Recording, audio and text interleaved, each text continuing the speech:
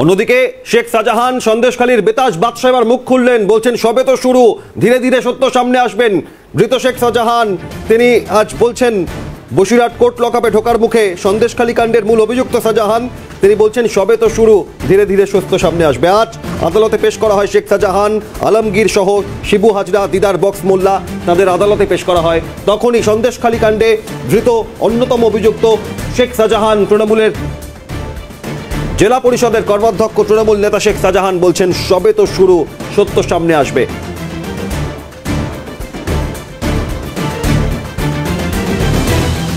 শেখ শাহজাহান আজ আদালতে পেশ করার সময় তার কি মন্তব্য, এর আগে আমরা একবার দেখেছিলাম তাকে দেখে কান্নায় ভেঙে পড়েছিলেন তার স্ত্রী, কেঁদে ফেলেছিলেন শাহজাহানও, আর শাহজাহান এখন বলছেন সবে তো শুরু। কি বলেছেন শেখ শাহজাহান দেখুন।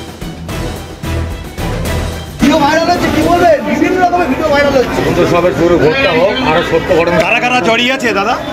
সব ধরা পড়বে, দেখতে পারো। কারা তারা?